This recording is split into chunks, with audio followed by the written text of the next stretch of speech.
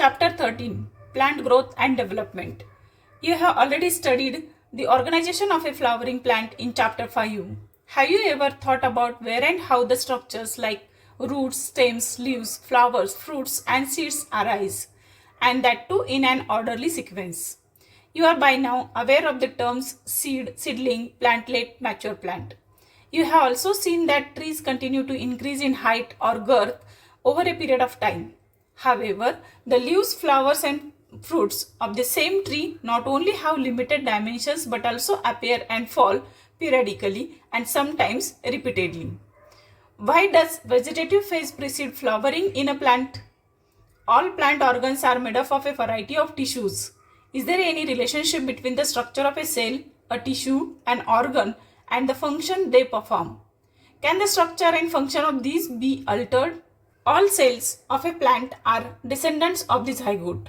The question is then, why and how do they have different structural and functional attributes?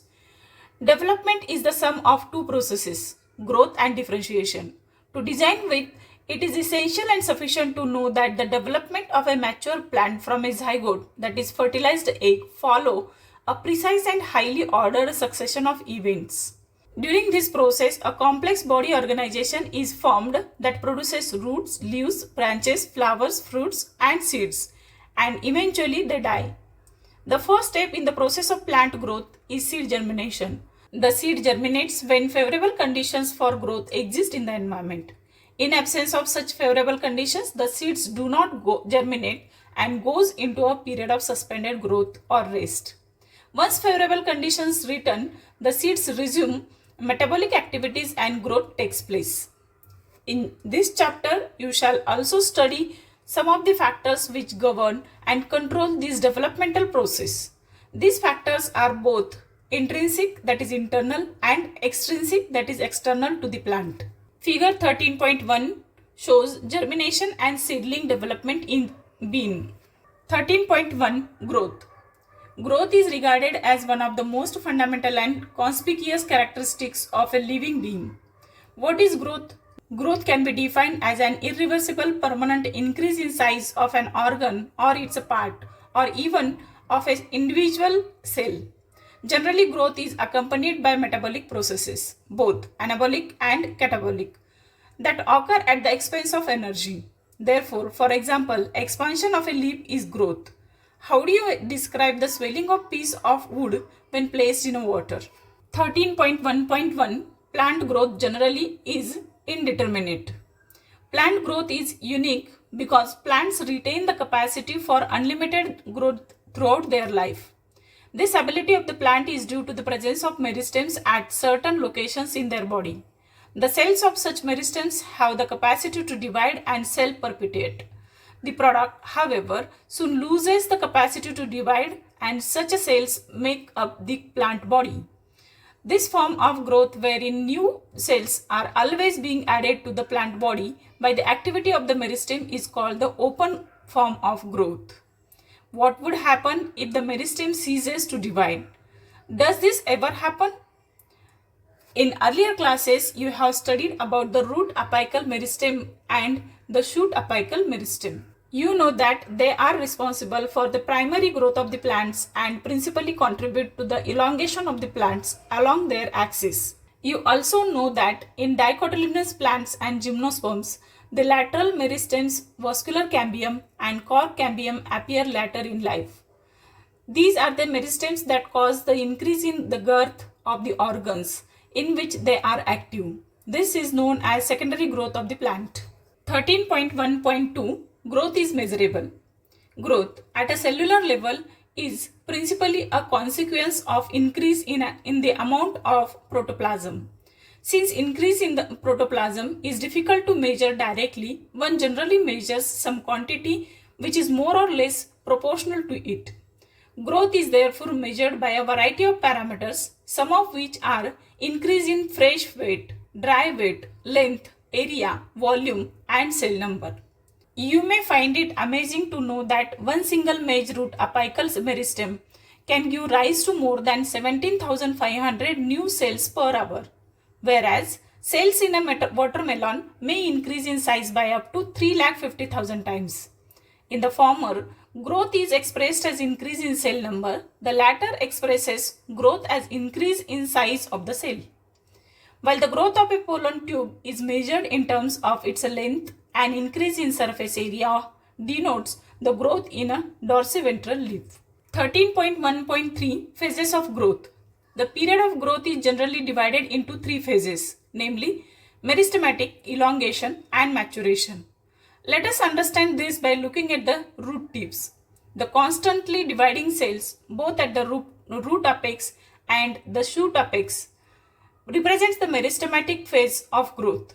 The cells in this region are rich in protoplasm, possesses large conspicuous nuclei. Their cell walls are primarily in nature thin and cellulosic with abundant plasmodesmatal connections.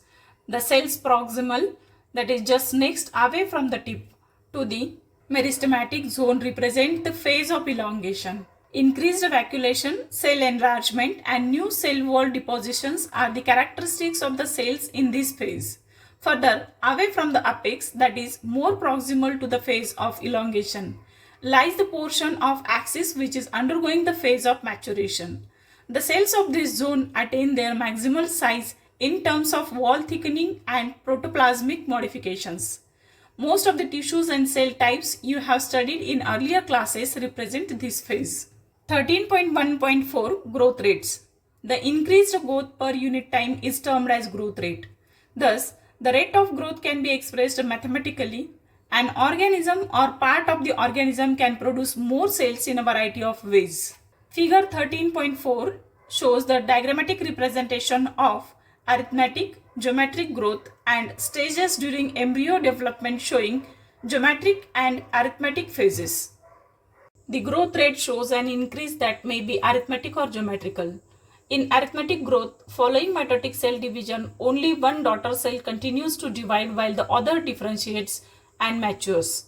The simplest expression of arithmetic growth is exemplified by a root elongation at a constant rate. Look at figure 13.5.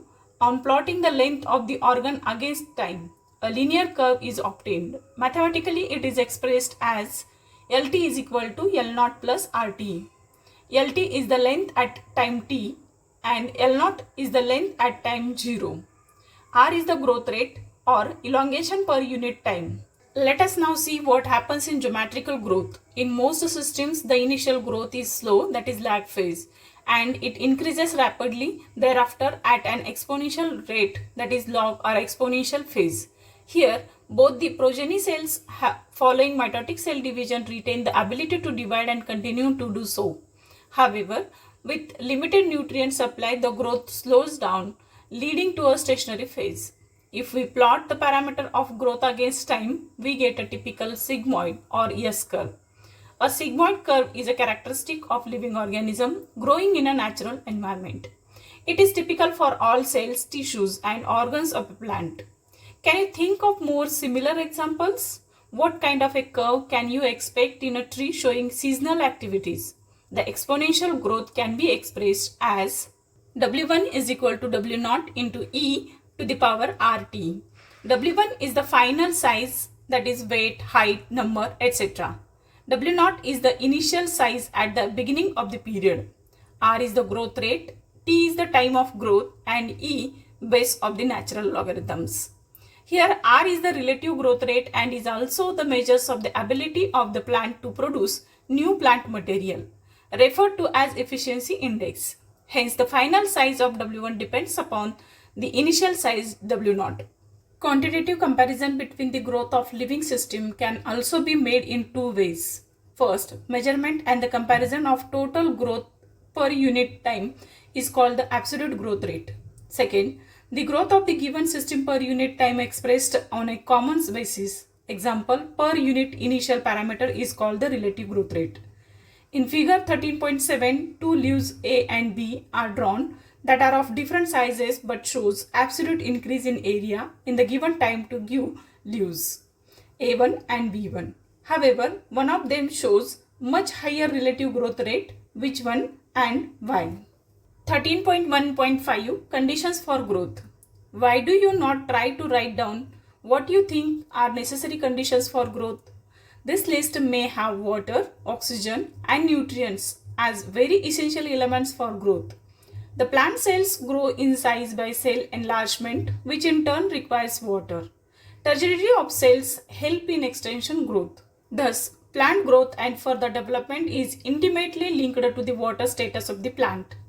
Water also provides the medium for enzymatic activities needed for growth. Oxygen helps in releasing metabolic energy essential for growth activities. Nutrients, that is macro and micro essential elements, are required by plants for the synthesis of protoplasm and act as source of energy. In addition, every plant organism has an optimum temperature range best suited for its growth. Any deviation from this range could be detrimental to its survival.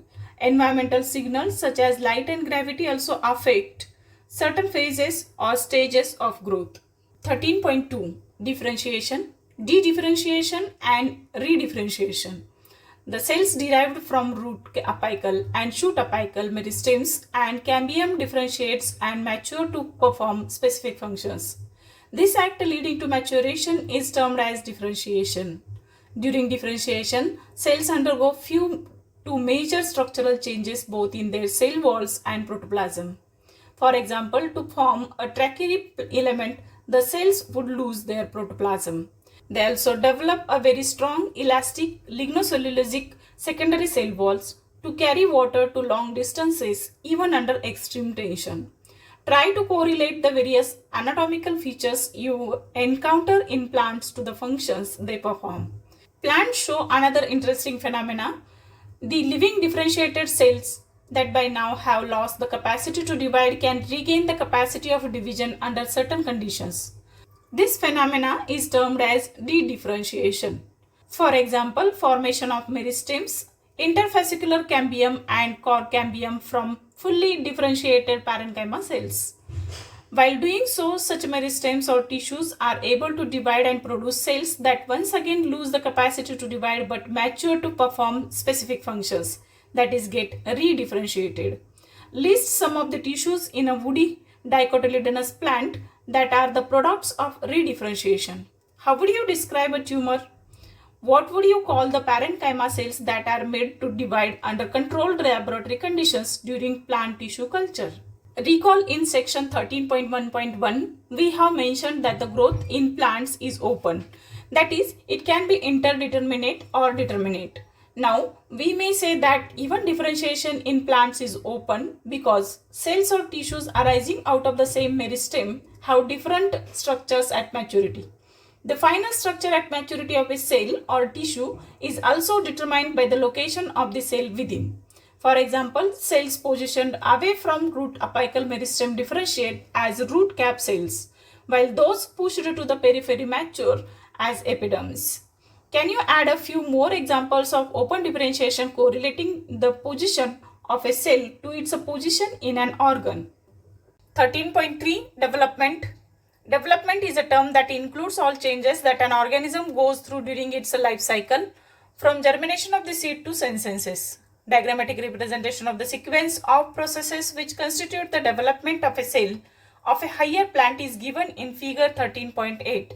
It is also applicable to tissues or organs. Figure 13.8 shows sequences of the developmental processes in a plant cell. Plants follow different pathways in response to environment or phases of life to form different kinds of structures. This ability is called plasticity. Example, heterophyly in cotton, coriander and larkspur. In such plants, the leaves of juvenile plant are different in shape from those in mature plants. On the other hand, differences in shapes of leaves produced in air and those produced in water in buttercup also represents the heterophylous development due to environment. This phenomenon of heterophyly is an example of plasticity. Figure 13.9 shows heterophyly in larkspur and buttercup. Thus, growth, differentiation and development are very closely related events in the life of a plant. Broadly, development is considered as the sum of growth and differentiation. Development in plants, that is both growth and differentiation, is under the control of intrinsic and extrinsic factors. The former includes both intracellular, that is genetic, or intercellular factors, that is chemicals such as plant growth regulators, while the latter includes light, temperature, water, oxygen, nutrition, etc. 13.4 Plant growth regulators. 13.4.1 Characteristics. The plant growth regulators, that is PGRs, are small simple molecules of diverse chemical composition. They could be indole compounds, that is indole 3-acetic acid IAA, adenine derivatives, that is N6-perfluoryl aminopurine, kinetin, derivatives of carotenoids, that is abscisic acid ABA, terpenes, that is gibberellic acid GA3, or gases ethylene C2H4. Plant growth regulators are variously described as plant growth substances, plant hormones, or phytohormones in literature. The PGRs can be broadly divided into two groups based on their functions in a living plant body. One group of PGRs are involved in growth promoting activities such as cell division, cell enlargement, pattern formation, tropic growth, flowering, fruiting, and seed formation. These are also called plant growth promoters. For example, auxins, gibberellins, and cytokinins. The PGRs of the other group play an important role in the plant responses to wounds and stresses of biotic and abiotic origin. They are also involved in various growth inhibiting activities such as dormancy and abscission. The PGR abscisic acid belongs to this group. The gaseous PGR ethylene could fit either of the group, but it is largely an inhibitor of growth activities. 13.4.2 The discovery of plant growth regulators. Interestingly, the discovery of each of the 5 major groups of PGRs have been accidental. All this started with the observations of Charles Darwin and his son Francis Darwin when they observed that the coleoptiles of the canary grass responded to unilateral illumination by growing towards the light source, that is phototropism. After a series of experiments, it was concluded that the tip of coleoptile was the site of transmittable influence that caused the bending of the entire coleoptile. Auxins was isolated by F.W. Wendt from tips of coleoptiles of oat seedlings. The Bacchini, that is foolish seedling, disease of rice seedlings, was caused by a fungal pathogen, that is Gibberella fujikuroi. E. Kurosawa in 1926 reported the appearance of symptoms of the disease in rice seedlings when they were treated with sterile filtrates of the fungus. The active substances were later identified as gibberellic acid. F. Skoog and his co-workers observed that from the internodal segments of tobacco stems, the callus, that is a mass of undifferentiated cells, proliferated only if, in addition to auxins, the nutrients medium was supplemented with one of the following extracts of vascular tissues: yeast extract, coconut milk, or DNA. Miller et al. In 1955 later identified and crystallized the cytokinesis promoting active substance that they termed kinetin. During mid-1960s, 3 independent researchers reported the purification and chemical characterization of 3 different kinds of inhibitors: inhibitor B, abscission second, and dormin. Later, all the 3 were proved to be chemically identical. It was named abscisic acid, that is ABA.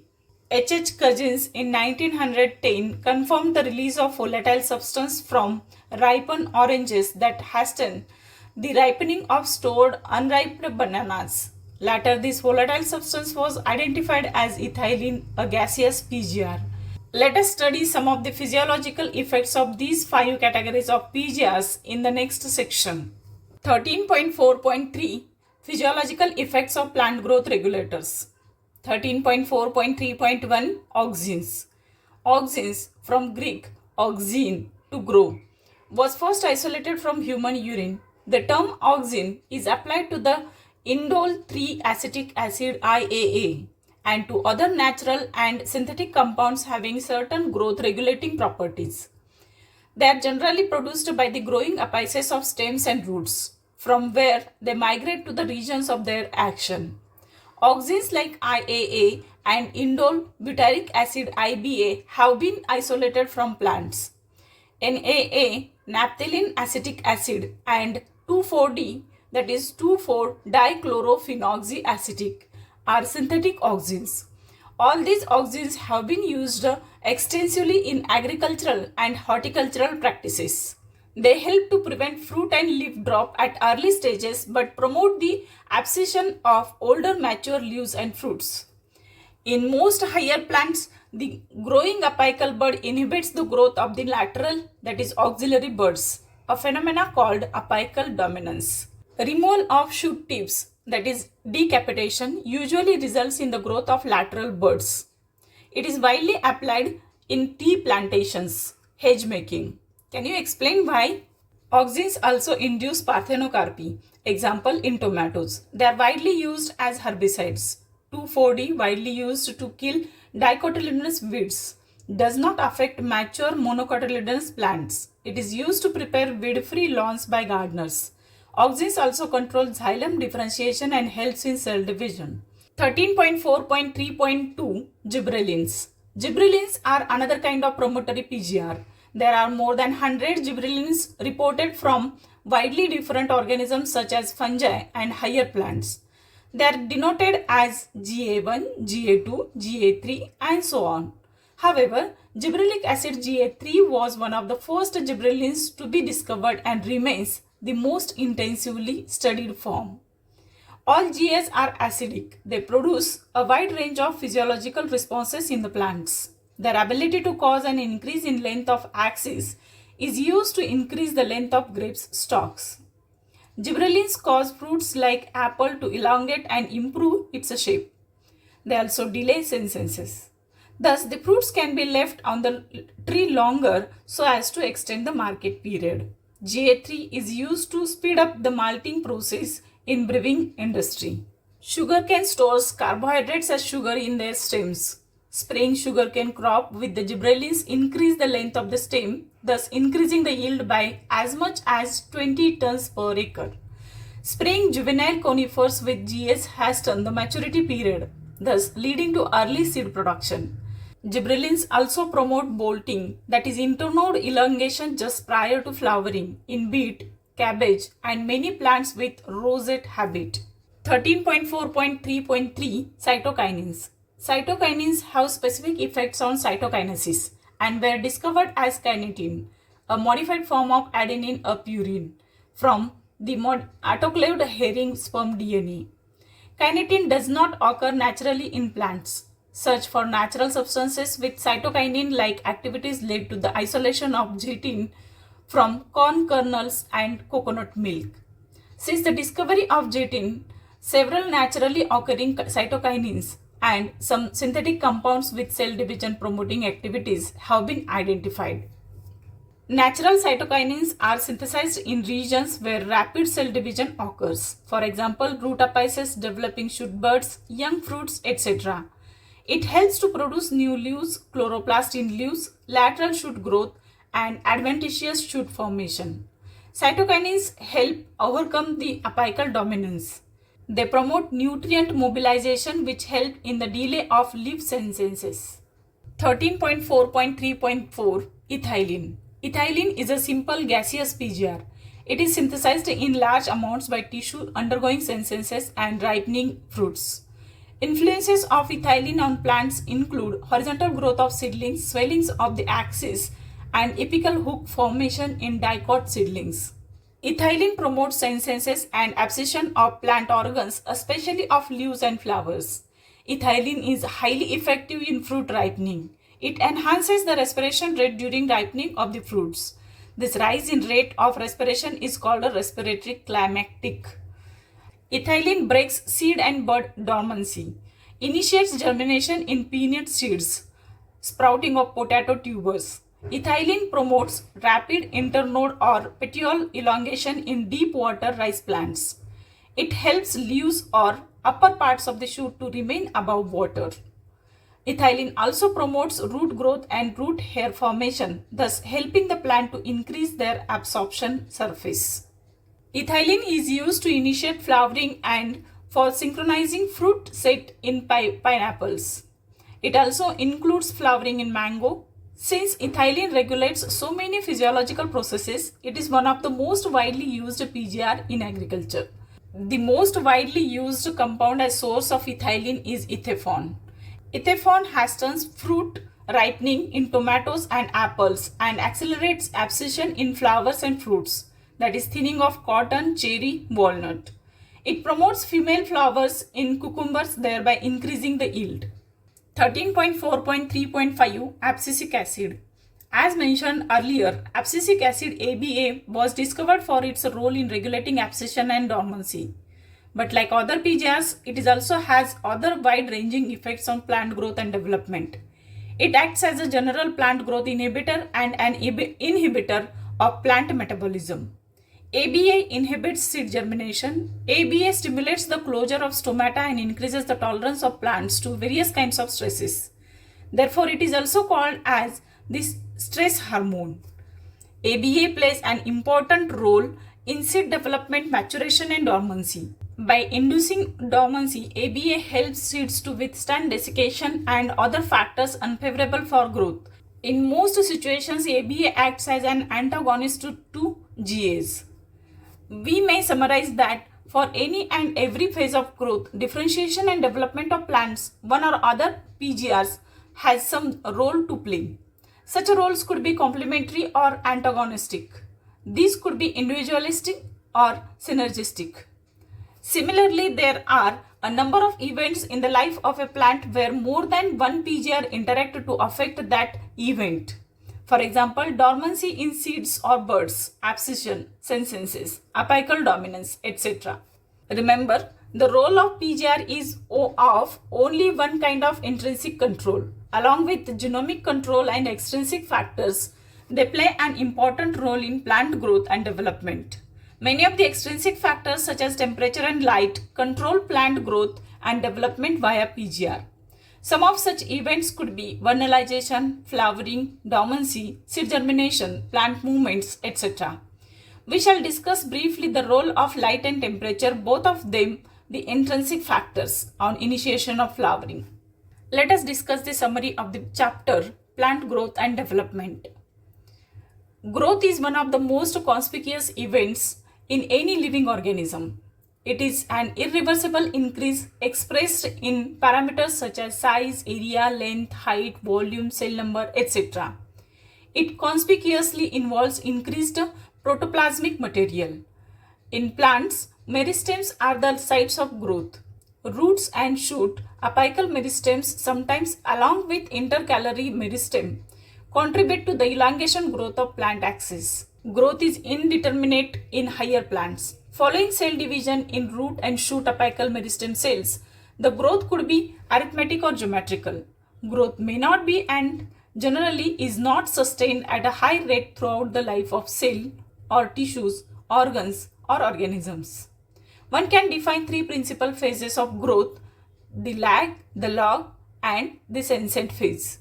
When a cell loses the capacity to divide, it leads to differentiation.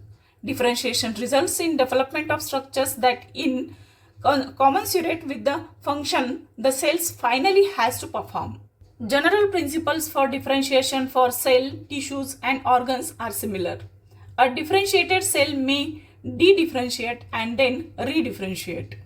Since differentiation in plants is open, the development could also be flexible. That is, the development is the sum of growth and differentiation. Plant exhibit plasticity in development.